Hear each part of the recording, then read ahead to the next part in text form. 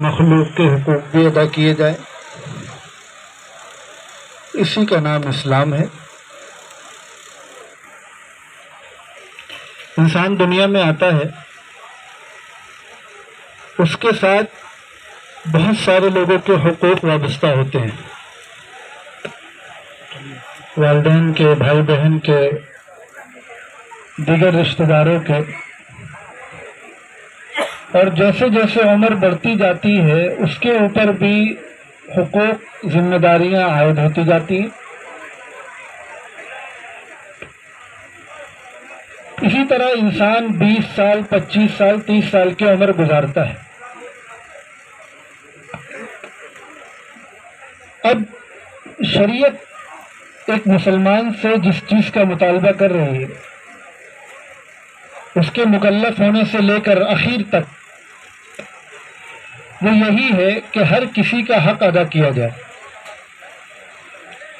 انسان اپنا حق ادا کرے، اپنے گھر والوں کا حق ادا کرے، والدین کا حق ادا کرے، بھائی بہنوں کا، رشتہ داروں کا، پڑوسیوں کا، جاننے والوں کا، پڑھانے والا ہے تو پڑھنے والوں کا، استاد ہے تو شاگردوں کا، پیر ہے تو مریدوں کا، ذمہ دار ہے تو اس کے ماتحت جو لوگ ہیں ان کا، سب کا حق ادا کرنا یہ شریعت کا مطالبہ ہے۔ اور اسی طرح اس سے پہلے خالق کا حق، اللہ کا حق ادا کرنا، اللہ پر ایمان لانا، اس کا کہنا ماننا، یہ ہے اسلام۔ اور اس حکم پر 100% عمل کرنے والا کہلاتا ہے سچا پکا مسلمان۔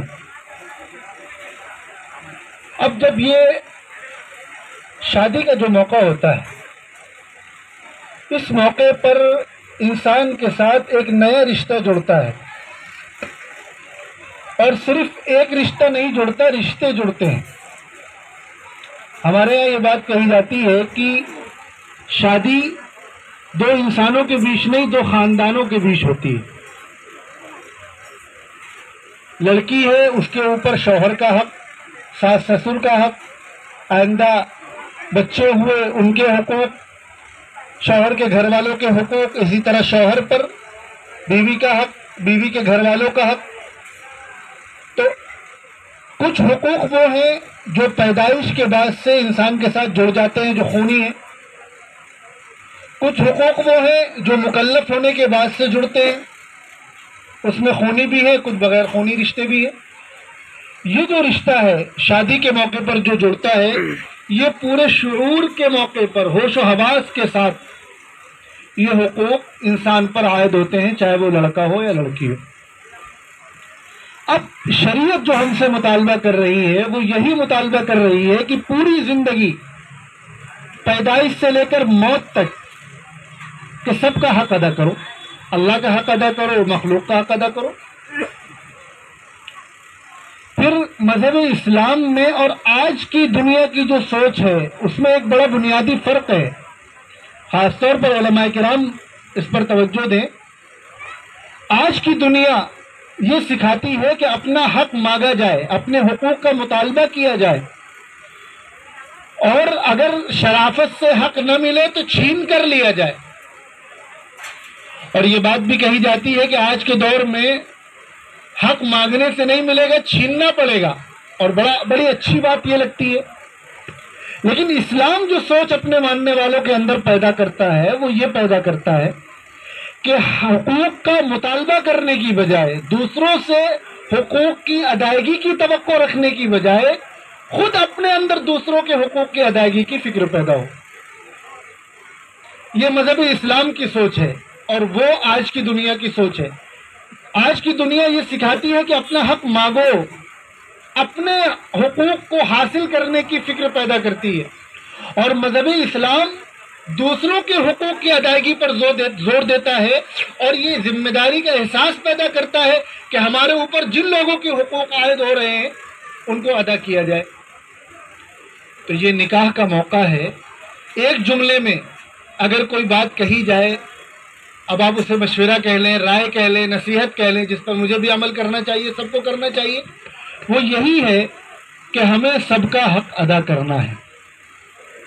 ہمارے ساتھ جو پہلے سے رشتے جڑے ہوئے ہیں والدین کے، بھائی بہن کے، اس میں بھی کمی نہیں آنی چاہیے، اور جو اب نیا رشتہ جڑ رہا ہے اس میں بھی کوئی کمی نہیں آنی چاہیے۔ حقیقی الرجال قوامون کا کیا مطلب ہے؟ یہ مطلب نہیں ہے کہ ہمارا مرتبہ کسی سے بڑھ گیا، مرد کا مرتبہ کسی سے نہیں بڑھا، مرد کی ذمہ داریاں بڑھ گئیں، اور حقیقی مرد وہ ہے جو بیلنس کر کے ان ذمہ داریوں کو صحیح طور پر ادا کر سکے۔ گھر والوں کی جو پرانا رشتہ ہے ان کے حقوق کی بھی 100% ادائیگی کی فکر ہو، اور جو اب نئے رشتے جوڑ رہے ہیں، بیوی ہے، اس کے گھر والے ہیں، ساس سسر ہے، سالے سالیاں ہیں، اس کے رشتہ دار ہیں، پھر آئندہ آنے والے بچے ہیں، ان کے حقوق کی بھی 100% ادائیگی کی فکر ہو۔ نہ پرانے رشتوں کی وجہ سے نئے رشتے کے حقوق میں کٹوتی ہو، نہ نئے رشتے کی وجہ سے پرانے حقوق میں کٹوتی ہو۔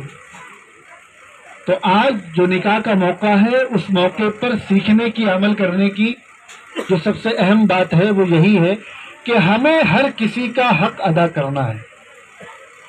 ایک گزارش تو یہ تھی۔ دوسری گزارش خاص طور پر علماء کرام سے، اللہ کے نبی صلی اللہ علیہ وسلم یہ ساری امت کے لیے آئیڈیل اور نمونہ ہے۔ لقد کان لکم فی رسول اللہ اسوۃ حسنہ، ہر مسلمان کے لیے نبی کی زندگی نمونہ ہے۔ عام لوگوں کے لیے خالی نبی کی زندگی نمونہ، لیکن اللہ کے رسول صلی اللہ علیہ وسلم نے علماء کرام کے بارے میں فرمایا کہ یہ نبیوں کے وارث ہیں۔ تو اس کا مطلب نبی تو ساری زندگی رہیں گے نہیں، نبی کی زندگی رہے گی، نبی کی سیرت رہے گی، لیکن آج کے دور میں نبی جو آئیڈیل ہے اس کا نمونہ یہ علماء کرام پیش کریں گے، یہ علماء کرام پیش کریں گے۔ تو علماء بھی عام انسانوں کے لیے، عوام کے لیے آئیڈیل اور نمونہ ہے۔ اللہ کے نبی صلی اللہ علیہ وسلم نے ارشاد فرمایا نکاح کو آسان کرو اور زنا کو مشکل کرو۔ اس کے بہت سارے مطلب ہو سکتے ہیں، ان میں سے ایک مطلب یہ بھی ہے کہ ہر وہ کام جو زحمت جس سے ہوتی ہو اسے ختم کرنا ہے تاکہ نکاح آسان ہو۔ اب اس میں آپ بہت ساری چیزیں لے سکتے ہیں، خرچ کم ہو، نکاح کے نام پر جو اتنے خرچ بڑھا دیے گئے ہیں وہ کم ہو تاکہ ایک عام آدمی آسانی سے وقت پڑنے پر شادی کر سکے۔ اسی طرح جو بیجا رسوم و رواج ہیں وہ ختم کیے جائیں تاکہ ہر آدمی آسانی کے ساتھ شادی کر سکے، گناہ سے بچ سکے۔ اس طرح بہت ساری چیزیں ہیں نکاح کو آسان کرنے میں۔ تو اللہ کے نبی صلی اللہ علیہ وسلم نے ارشاد فرمایا نکاح کو آسان کرو اور زنا کو مشکل کرو۔ اس پر سب سے پہلے عمل کی ذمہ داری علماء پر ہے۔ لہذا آج ایک مفتی صاحب کا نکاح ہے اور الحمدللہ ہمیں امید ہے یہ پوری تمام امور سنت کے مطابق ادا کیے جا رہے ہوں گے۔